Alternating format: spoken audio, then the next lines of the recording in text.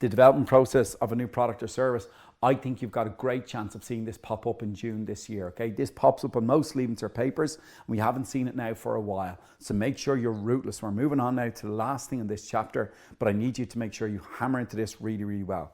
So what we see here is that, like, if a business, like let's say Google or Microsoft or Apple, let's say, if they're developing a new product, they don't just automatically wake up tomorrow and there they've got their new iPhone.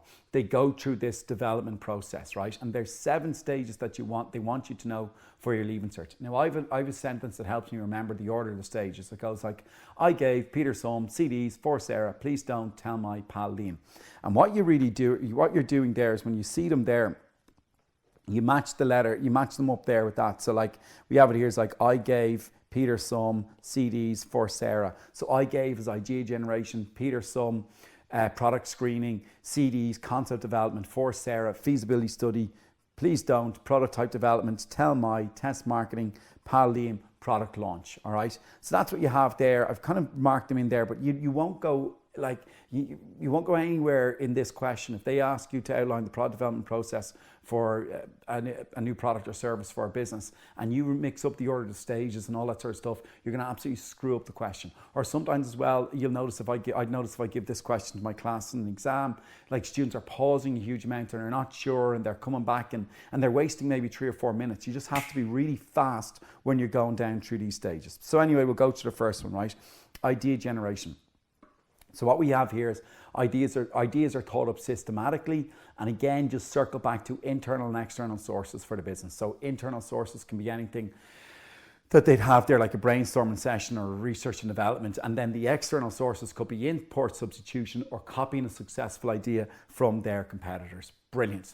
Right, so that's it. Idea generation, that's that checked off, right? Ideas are thought up systematically, and then fire down any internal, external, and you'll be grand for that, okay? So you fire down like brainstorming, copying ideas to your competitors, and you'll be fine there.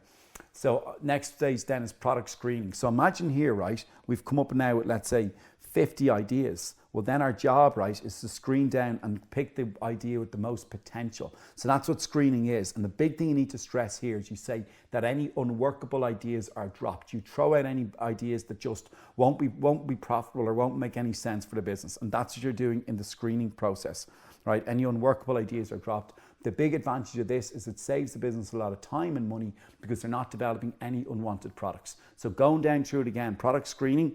Here the business picks the idea with the most potential, unworkable ideas are dropped, and the brilliant thing about this is it saves the business a lot of money because they're not developing any unwanted products. Another great one to use as well is fire down the word vetted. Here all the ideas are vetted. So you're going through all the ideas and you're picking out the one that has the greatest potential. Brilliant.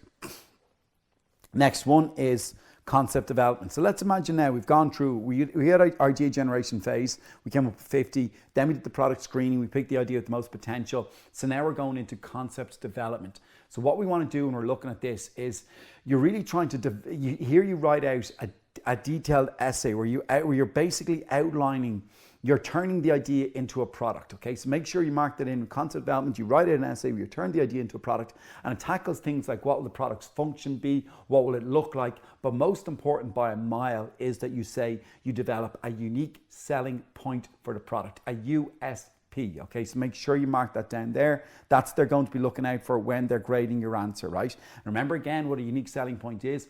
It's a unique feature that your product's gonna have that's gonna set it apart from the competition, right? After that, then we have a feasibility study. So here we developed out the product. Let's imagine if it's Apple with their iPhone at the start, they're like, right, our unique selling point is that this phone can also play music. The next thing that they go through is they'll do a feasibility study.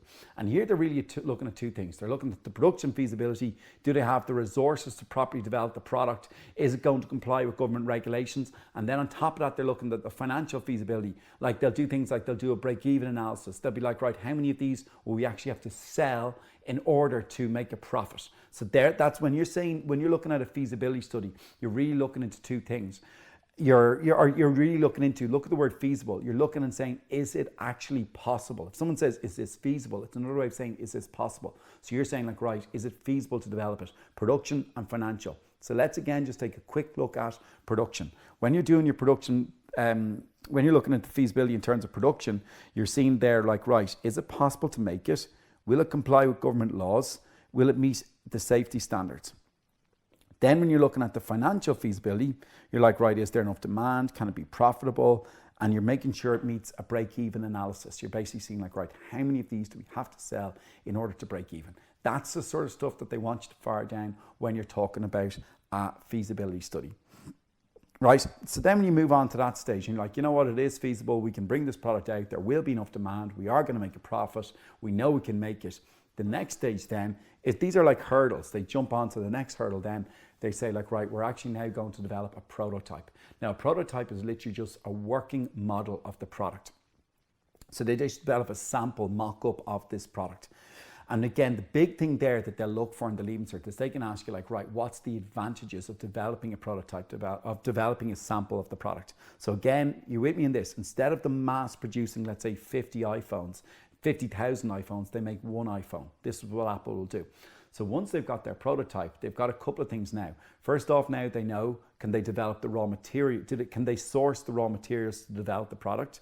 They also have a good idea of the financial cost of producing the product. So make sure to mark them in. They have an idea of the financial cost. They know that can they source the raw materials. And also what they can do now as well is they can eliminate any defects to the product. Like let's say straight away if they developed it and the battery wasn't working, well then they can fix that and they can keep doing that.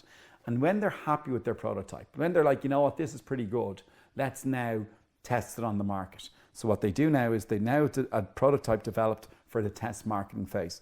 Now I just need to stop this here, right? Because I think you might see this I think you're going to see this pop up soon in the Leaving Cert prototype development. It came up in 2016 and it was really badly answered. They basically said like, outline the reasons why a business would engage in prototype development, and the answers in that question were shockingly bad. Okay, so just make sure you've got that done. All right, about developing a sample, or you might see them even written there, it involves developing like a mock-up of the product. All right, so now even there, if you're looking at test marketing, I always think of the TM and test marketing, it links back to like your target market, all right? So it's like me, let's say if I was bringing out a book for the Leaving Cert, I wouldn't ask my friends what they think of it, or I wouldn't show it to like my auntie or uncle. You bring it to the test market, you bring it to your target market, Leaving Cert students, and you ask them for their feedback on it, okay? And that's what you're doing with test marketing. You're bringing it to your target market. So think of the TM and test marketing, that circles back with the TM in target market. That's the idea. And the whole point here is you're trying to identify any faults, assess their reaction, and make any adjustments to it that you have to before you go into full-scale production. And the last stage there you see, guys, is product launch, okay? So once you're happy with that, and once you've gotten all the feedback, you launch the product out in the market. You make sure it's very well marketed, it's lots of advertising around it, and also you just make sure that it's well distributed, that's easy for people to buy. Perfect. You fire that down, you'll have no problem with the product development process. Remember though, it's like you're walking into a memory exam with this. Like the best students here will be able to like open up a blank A4 piece of paper, write out the stages. I gave Peter some CDs for Sarah. Please don't tell my pal Liam. And then they'll literally just be able to write out the headings off it and the keywords beside it. That's what you need to do. Remember with this, it's pointless to be able to just sit there and read the notes and say, oh yeah, great, I understand this now. You have to develop it out like that, okay? So that sentence there, guys, is absolutely crucial for us to remember the structuring of this, okay? So please make sure you drill that in, okay? That's what we're looking for there. All right, so I gave Peter some CDs for Sarah. Please don't tell my pal Liam. There's all the key points there. Right, so we'll have a quick look over a few questions here. Again, here's a quick one. If you want to mark in here on page 8, right, we see it here for 20 marks. So remind yourself, when a question pops up for 20 marks, it means you've got 8 minutes to answer it, okay? So what we see here is, again, 20 marks, again, outline the internal and external sources of new product ideas for a business, okay, Grant. So we know it's for a business, that's okay. And then they're saying they're internal and external sources, so it's plural. So I'd be assuming there, I'd be saying to myself, right, internal sources, it's plural, it's more than one, and external sources, it's plural, it's more than one. So now I know they want 2 internal and 2 external, right? That's just important for me to remember. So if we look at here, right, first thing there they have is a brainstorming session, that's fine. And again, what we see here, when you're talking about brainstorming session, employees from different departments in business come together and creatively think up of new ideas. And that's it. That's our 2 marks there, our 3 marks there. You can see there 2 there, 3 there. And this just from one of my students in Leaving Cert have thrown in a few sample answers, but that's just, you see the way there, they get their 5 out of 5. So then we see the next one here is an internal source, right? So if we go back here, internal suggestions. So employee suggestions, again, take away time from their normal work to come up with any ideas they have that can help the business. Again, you see it there, very straightforward, 5 marks there. Another internal one, guys, is research and development. So research and development, 2 marks. And again, in business full of employees whose job is to come up with new products, they must be creative and innovative, okay? And that's it. So creative and innovative, that's fine. And they got there 2 and 2, that's 5. And the last one there we see is import substitution. Import substitution, and again, they produce a product that they usually import, and that's it. Okay, so that's fine. You see the student there got 20 out of 20. So I just want to stress there, guys, that like the reason I wanted to read through that question is the question didn't ask for examples, and see the student just didn't put it in. If the question said illustrate, that means that they want you to explain the point and back it up with an example. But here the question didn't say illustrate, so the student didn't waste any time, and they just literally went through the question there. And that's why that student got a H1, the Leaving Cert. They're just very efficient at tipping away at those types of questions. So the question, remember again, just be careful. Remember the whole thing, students are always throwing in examples. You don't need to look at it like that, guys, because you won't have enough time to finish the exam if you're constantly backing it up every single point you make with an example. So again, another straightforward enough one there. See the way they grade this. It described the first 4 stages of the product development process. So we have like, I gave Peter some CDs for Sarah. So idea generation, product screening, concept development, feasibility study. So again, straight away, idea generation, product screening, see the way they're all in order. So ideas are thought of systematically. Internal, like a brainstorming session, 5 marks there. Product screening, all ideas are vetted, unworkable ideas are dropped. Another 5 marks. Concept development, so straight away there. This is where ideas are turned into an actionable product, and also the unique selling point, but she'd already gotten her 5 there. So, you know, she didn't need that. And then you've got feasibility study. Again, they look at, is it physically possible to produce the product? And you see there, the student just got their 20 out of 20. But that's just how, I just want to skim over a couple of questions, give you guys an idea of how they're grading it. But see the way there, you don't need these mad long essays in Leaving Cert Business. Just be direct, hit your points, and you'll have no problem there. All right, if you guys can, I'd recommend just pausing it there for a second and seeing if you can match up the numbers with the letters, all right? So just pause it there. This is on page 11. Give that a shot. All right, I'll run through what you hear. So we have here the first one here, idea generation. You know, brainstorming is used during the idea generation process.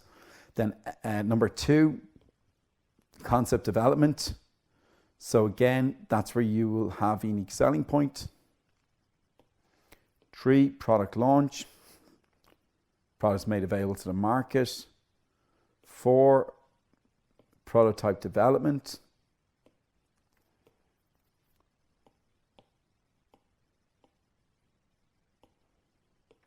Prototype development, again, developing a sample or a mock-up of the product. And the last one there, feasibility study, that is C, is carried out to assess if the product has potential. Okay, so again, we had there B, F, D, A, and C. And what I would do here, the most important letter here, guys, is E. And if I'm looking at E, that is product screening.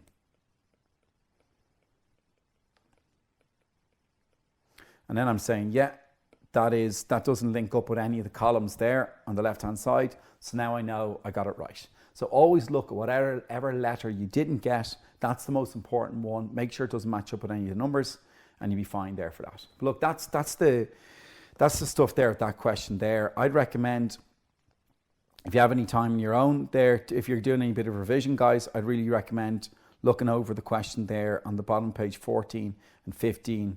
You've got a couple of sample answers thrown in there at the back, but look, there's nothing there that would cause any issue for you guys. Okay, so that's brilliant. Thanks.